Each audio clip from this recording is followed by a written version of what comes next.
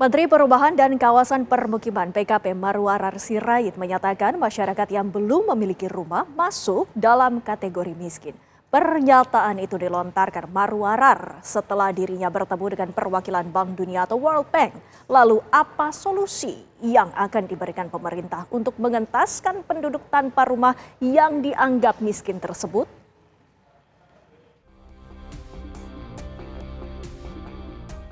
Menteri Perumahan dan Kawasan Permukiman Marwarar Sirait menyebut penduduk yang belum memiliki rumah dimasukkan dalam kategori masyarakat miskin. Pernyataan itu Marwarar katakan setelah bertemu perwakilan Bank Dunia atau World Bank. Ia membandingkan kriteria kemiskinan versi Bank Dunia yang mendefinisikan garis kemiskinan berdasarkan konsumsi kalori harian. Apalagi menurut Marwarar, jika masyarakat tersebut belum punya rumah. Menteri PKP mengusulkan solusi yakni menjual tanah hasil sitaan koruptor dengan harga murah sehingga dapat dijangkau masyarakat kurang mampu. Ara mengaku telah menyampaikan usulan itu ke Presiden Prabowo Subianto untuk dimasukkan pada program strategis nasional bagi masyarakat. Saya baru ketemu beberapa hari lalu dengan World Bank. Kalau World Bank itu ya sekian ribu kalori aja orang udah nggak miskin lagi Pak Mendagri. Saya pikir sangat pantas kita masukkan juga, kalau orang belum punya rumah yang pertama masuk kategori miskin. Bagaimana dia dianggap sudah tidak miskin sementara dia belum punya rumah? Jadi ini adalah kebijakan Bapak Mendagri, Bapak Menteri PU yang sangat pro rakyat. Kemudian tugas kita sebagai pejabat negara adalah mempermudah, mempercepat, mempermurah. Kalau bisa membuat gratis. Tentu itulah dalam pikiran kita, bukan untuk mempersulit rakyat, mempermahal, dan mempersusah. Bagaimana realisasi ide Menteri PKP tersebut agar dapat mengurangi kesenjangan kepemilikan rumah di Indonesia, sekaligus meningkatkan kesejahteraan masyarakat berpenghasilan rendah?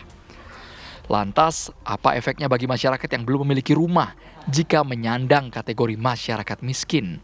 Apakah mereka akan mendapatkan subsidi? Tim TV One mengabarkan. Pemirsa, Menteri Perumahan dan Kawasan Permukiman Marwarar Sirait menyebut bahwa penduduk yang belum memiliki rumah termasuk ke dalam kategori masyarakat miskin. Marwarar mengaku usulan itu tercetus setelah ia bertemu dengan perwakilan Bank Dunia atau World Bank. Lantas, apa efeknya bagi masyarakat yang belum memiliki rumah jika mereka menyandang kategori masyarakat miskin? Apakah mereka akan mendapatkan subsidi? Untuk membahasnya telah bergabung bersama kami pakar kebijakan publik Unpad, Profesor Didin Muhafidin. Assalamualaikum, selamat petang, Prof. Didin. Dan juga telah bergabung bersama kami Wakil Ketua Komisi 5 DPR RI, Mas Saiful Huda. Assalamualaikum, selamat petang Mas Saiful. Salam petang, Pak Didin semuanya. Siap. Mas Saiful, bagaimana tanggapan Anda soal pernyataan dari Menteri PKP ini, Mas Saiful? Ya, yang pertama memang masih sangat mentah sekali untuk didorong menjadi isu di ruang publik. Jadi sebagai sebuah ide oke, tapi saya membayangkan ada ruang konsolidasi terlebih dahulu yang semestinya dilakukan oleh Pak Marwar, terutama meyakinkan pihak World Bank sendiri, pihak teman-teman di Bappenas, Kemenkyu, dan tentu pemerintah stakeholder secara keseluruhan. Karena konsekuensinya cukup panjang ketika ini akan menjadi semacam indikator baru terkait dengan kemiskinan yang diukur dari punya rumah atau tidak punya rumah. Poinnya jadi sekali lagi ini butuh konsolidasi yang agak panjang untuk memastikan bahwa isu ini bisa landing dan bisa terimplementasi, karena ukuran ini tidak hanya di level nasional, ukuran ini juga menjadi ukuran secara internasional. Jadi menurut saya masih sangat mentah dan butuh konsolidasi yang sungguh-sungguh gitu. Sebelum nanti menjadi isu yang negatif menurut saya kira ini perlu dipastikan lagi oleh Pak Marwar, memastikan lagi terkait dengan memasukkan indeks indikator terkait dengan orang miskin diukur dari salah satunya dari rumah. Saya sendiri sebenarnya sejak dari awal concern kita dorong capaian 3 juta per tahun pembangunan rumah ini karena backlog kita 9,9 juta. Nah, artinya dari ukuran yang sudah ada saja kita punya backlog hampir 9,9 juta. Apalagi nanti kalau ada ditambah lagi terkait dengan indikator kemiskinan. Jadi menurut saya ini tuntaskan dulu 1,9 juta masyarakat kita yang belum punya rumah ini, baru nanti kita diskusikan pada level selanjutnya terkait dengan redefinisi terkait orang miskin ini. Mas Syaiful Huda, maksudnya mentah ini apakah ini dikaitkan dengan data masyarakat yang belum punya rumah mentah, pegangannya adalah data Bank Dunia, bukan data BPS yang dimiliki oleh Indonesia, atau seperti apa maksudnya, Mas? Enggak, ini kan kira-kira Pak Marwar ingin mendorong ada redefinisi, memasukkan indikator masyarakat yang keluarga yang tidak punya rumah menjadi bagian didefinisikan sebagai masyarakat miskin. Nah, redefinisi ini butuh konsolidasi yang cukup serius.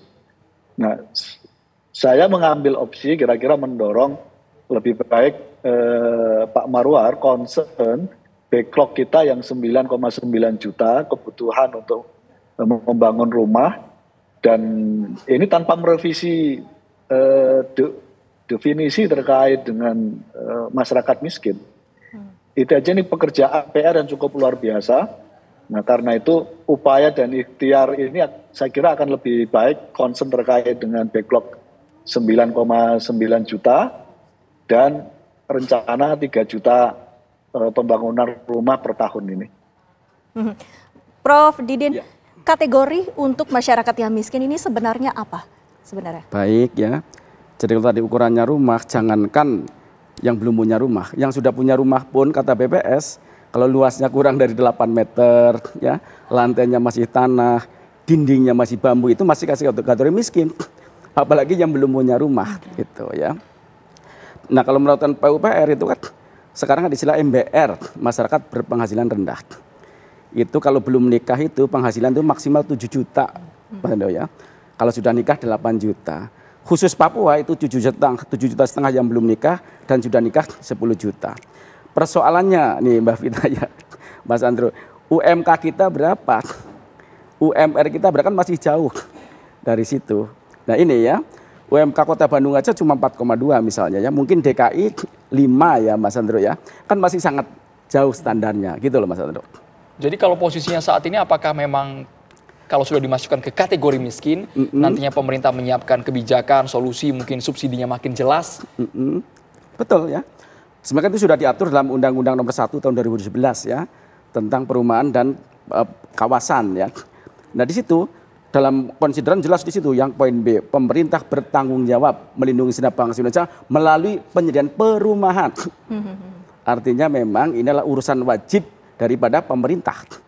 Artinya apa? Ketika urusan wajib itu idealnya ada dana khusus. Karena pendidikan kan sudah dapat 20%, kesehatan 5%. Kenapa perumahan belum khusus misalkan dapat 10% atau misalkan 7%, kan jelas nanti.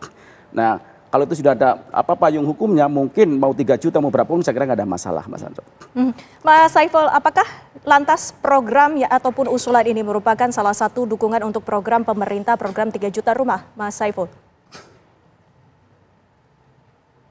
Iya, saya belum tahu persis apa yang ingin dicapai oleh rencana redefinisi, mendefinisikan ulang terkait dengan menambahkan semua yang tidak punya rumah masuk dalam kategori miskin. Tadi sampaikan oleh Pak Didin secara baik.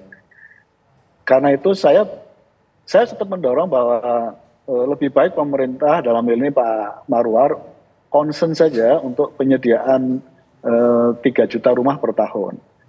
Ini aja juga cukup berat untuk pencapaiannya, apalagi melempar sebuah wacana yang masih sangat mentah tadi itu, yang itu artinya akan menambah lagi backlog kita yang sudah 9,9 juta tadi itu. Apapun motifnya dari Pak Marwar, menurut saya lebih baik sekarang memastikan peta jalan pencapaian 3 juta per tahun itu bisa dicapai. Dan kebetulan saya sendiri yang meminta supaya peta jalan rencana penyediaan 3 juta rumah itu seperti apa sih gitu. Nah sampai sekarang saya masih nagih janji itu dan kebetulan belum bisa disampaikan dokumen peta jalan itu kepada Komisi 5. Baik Mas Saiful Huda, tapi kan kategori miskin harus diukur dengan berbagai indikator statistik. Prof Didin melihatnya apakah memang dibutuhkan redefinisi yang berlandaskan Bank Dunia karena Marwarar juga tercetusnya karena World Bank?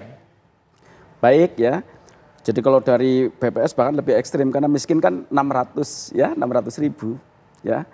Nah MBR kan udah lebih tinggi ya. Nah kalau menurut saya ya memang sebenarnya tadi pertama payung hukumnya dulu ya. Setahun ini 3 juta, apa payung hukumnya? Kan undang-undangnya sudah ada. Tinggal bikinlah peraturan pemerintahnya, atau peraturan presidennya, atau mungkin malah sampai peraturan menteri. Dan di situ kan nanti tinggal dibagi. Kan kita punya instrumen Perumnas. Perumnas itu tugas pokoknya adalah membangun rumah yang terjangkau dan layak. Ada perusahaan perumahan itu ya, itu untuk di kota-kota. Nah kan tinggal dari situ ya, kalau sudah ada itu, dananya sudah ditetapkan berapa, ya tinggal implementasi di lapangan akan dengan mudah gitu Mas Andrew untuk dilaksanakan. Selama payung hukumnya sudah ada. Lantas untuk yang mempunyai rumah ini atau yang tidak mempunyai rumah ini kan sebenarnya definisinya sangat abstrak ataupun tidak ada hal yang pasti. Mas Saiful, kita ketahui bahwa di kota-kota besar ada beberapa pihak yang memang memilih untuk tidak memiliki rumah. Mas Saiful. Ya, itu yang saya sampaikan bahwa tidak bisa didefinisikan secara generatif begitu ketika terkait dengan orang yang tidak punya rumah hampir pasti dia miskin gitu. Itu nggak bisa begitu langsung dikategorikan gitu, nggak bisa. Karena tren di kota-kota besar misalnya, orang rata-rata nggak mau punya rumah karena kalau mau punya rumah harus mencari lokasi yang lebih murah, karena itu dia cukup menyewa sebuah apartemen dan karena dia bekerja di tempat yang cukup dekat dari lokasi apartemen itu. Itu yang saya sebut redefinisi terkait dengan masyarakat miskin yang disampaikan oleh Pak Marwar itu yang saya sebut masih sangat prematur itu, masih sangat mentah itu sebenarnya itu. Oke, tadi salah satu aspek disebutkan oleh Prof Didin bahwa penghasilannya rendah, Rp600.000 per bulan. Lalu kalau kita menafsirkan rumah murah untuk masyarakat miskin yang layak huni ini yang seperti apa? Sesaat lagi kita harus jedanya di Kabar Petang pemirsa. Ya, kita lanjutkan dialog kami. Tadi juga kami telah menanyakan kepada Mas Saiful, juga menyatakan sebenarnya apa yang menjadi acuan dari perumahan untuk kategori miskin ini. Sebenarnya apa rumah murah yang dimaksud ini dan apakah ini bisa ditargetkan kepada pihak-pihak yang memang harus memiliki rumah bersubsidi ataukah bisa diselewengkan, Mas Saiful? Ya, kira-kira begini.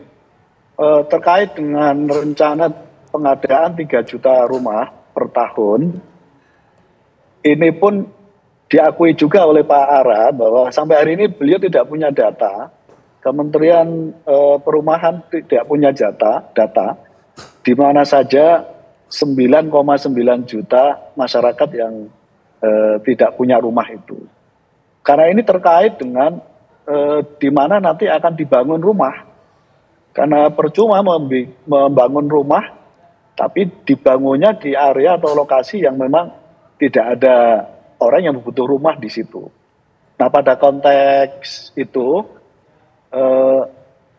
kita mendorong sekali lagi supaya pemerintah dalam ini Pak Ara sebagai Menteri Perumahan memastikan dulu konsolidasi terkait dengan pendataan 9,9 juta masyarakat kita yang belum punya rumah itu. Baru kemudian ngomongin soal skemanya Mbak.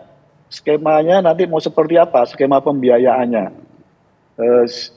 Yang mau diprioritaskan masyarakat di mana? Di pedesaan atau di perkotaan. Nah, terkait dengan itu baru nanti kita ngomongin besarannya berapa kemampuan daya beli masyarakat untuk bisa mengakses dan untuk memiliki rumah.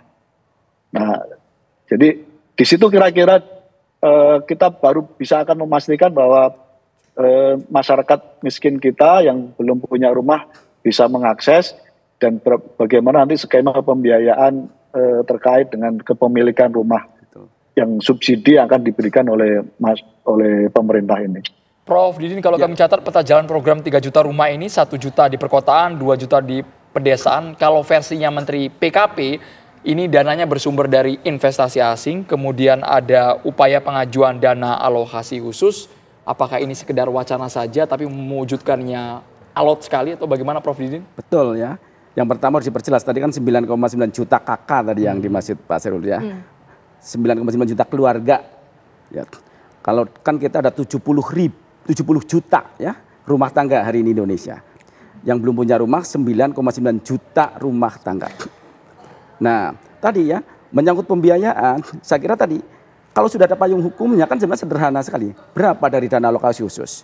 Berapa dari APBD provinsi? Berapa dari APBD kabupaten kota? Nah, yang punya wilayah Mas Andro, Mbak Windy kan kabupaten kota. Dia yang punya wilayah, dia yang tahu persis. Idealnya apa? Para panggil aja seluruh bupati wali kota. Di mana ini pemukiman-pemukiman yang kira-kira dibutuhkan? Ya, siapa saja? Kan pasti mereka punya datanya nih ya. Setiap bupati wali kota ya. Nah, dari situ baru nanti tadi anggarannya dari mana nih kita pembagiannya? APBN berapa? APBD berapa? APBD provinsi berapa? APBD kabupaten kota berapa? Sisanya mungkin dari bantuan asing ya, tapi yang tidak mengikat. Nah, dengan demikian nanti kabupaten kota akan betul-betul menyiapkan betul ya, termasuk survei lokasinya tadi ya, kemudian menyiapkan orang-orangnya. Jangan sampai tadi Mas Andro ya, yang mesinnya dapat karena nggak bisa bayar uang muka dijual ke yang punya uang ya, tapi namanya tetap masih nama yang miskin tadi. Nah ini kadang-kadang kan begitu ya, kadang-kadang malah oknum-oknum maaf ya bisa beli 2 rumah 3 rumah dengan mengatasnamakan orang MBR ya. Padahal dia hanya beli kuotanya saja gitu loh Mas. Rumah layak huni itu yang gimana sih Prof? Ya, layak huni itu kalau idealnya kan bagi masyarakat miskin. Ya, bagi masyarakat miskin kan minimal sekarang rumah itu tipe 22. Ya, 22. Logikanya kan sederhana ya. Kalau suami istri punya anak 2 kan 4. Ya. Kalau masing-masing orang itu 2 meter, berarti kan minimal harusnya malah 6 meter ya. 6 kali 4 harusnya kan tipe 24 idealnya. Ya, kalau secara teori ya. Kalau satu orang 6 meter, ya. Makanya paling ideal sebenarnya kan satu orang kan 8 meter lah. Makanya rumah tipe 32 sebenarnya yang paling standar. Ya. Tetapi mungkin karena ini juga belum terjangkau, sampai sekarang muncul rumah tipe 22, ya. Bahkan dulu Perumnas kan menyiapkan tipe 16 Mas. Itu yang jelas tidak layak huni ya. Karena idealnya memang minimal lah tadi ya tipe 22 dan idealnya minimal tipe 32. Ya, kalau satu orang 8 kali 4 gitu ya. Nah ini juga guyonan saya gitu, kalau rumahnya kecil kan tadi ya tipe 4 orang, tipenya misalkan tadi tipe 21, kamar cuma 1, ya pasti jadi punya anak terus Mbak Windy kan gitu, karena semua di situ gitu loh. Ya, Mbak Saiful, target untuk masyarakat yang harus memiliki rumah atau yang diberikan rumah oleh pemerintah ini sampai dengan saat ini apakah DPR sudah memiliki datanya Mas Saiful?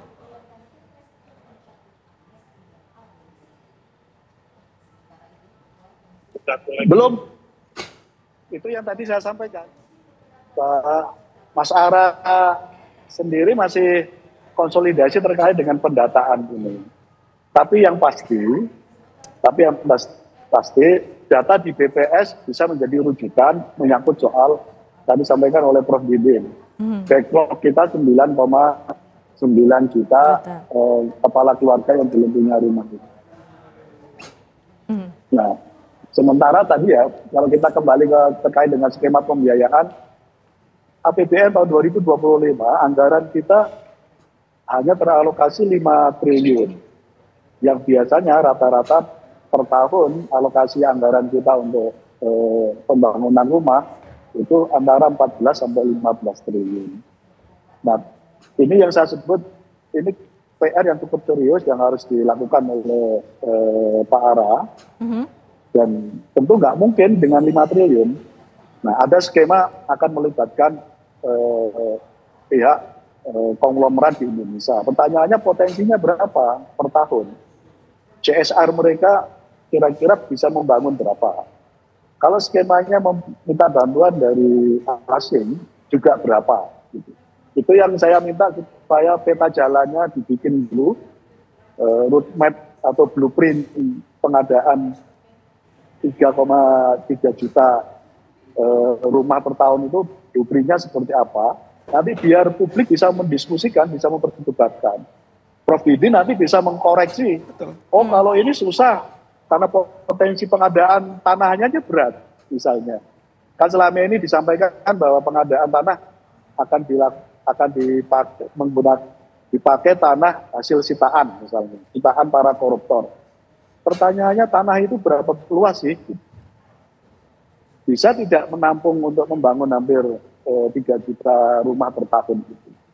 Dan seterusnya. Apakah regulasinya mendukung tanah sitaan lalu bisa dibangun rumah? Jawabannya kita belum punya regulasi menyangkut soal itu. Nah, peta jalan atau blueprint itu sekaligus membahas terkait dengan apa regulasi yang mau direvisi, bagaimana proses pengadaan tanah harus dilakukan, penganggarannya mau diambil dari mana, dan seterusnya itu.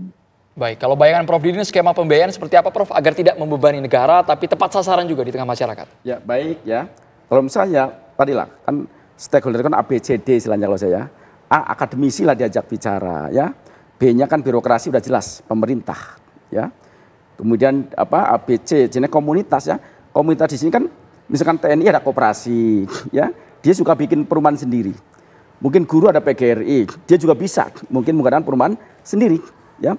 Kemudian misalkan kepolisian bisa bikin perumahan sendiri. Ketika semua komunitas ini dilibatkan itu kan jumlah beban pemerintah akan lebih ringan ya. A, B, C, D-nya media. Bagaimana media itu betul-betul bisa mengekspor bagaimana yang betul-betul dapat subsidi yang tepat sasaran. Ya, tadi jangan sampai tadi saya bilang ya, karena nggak punya uang dijual ke orang. Akhirnya tetap dia nggak punya rumah sampai generasi berapapun. Kemudian N-nya entrepreneur, pengusaha tadi. Nah, CSR itu ya, saya kira kalau misalkan tahun ini fokus pada pembangunan rumah. CSR di kabupaten kota. Kan bupatinya bisa bikin aturan. Ya. CSR ini 80% untuk bangun rumah. Dari seluruh ya perusahaan yang terlibat. Di situ kan nanti akan kelihatan, APBN tadi 5 triliun. Berarti APBD provinsi mampu berapa? Contoh Jawa Barat. Jawa Barat kan perlu dana 15 triliun. Nah 5 triliun kan untuk seluruh Indonesia itu ya, misalkan kebagian misalkan 1 triliun, berarti kan kurang 9 triliun, kan gampang 9 triliun cok.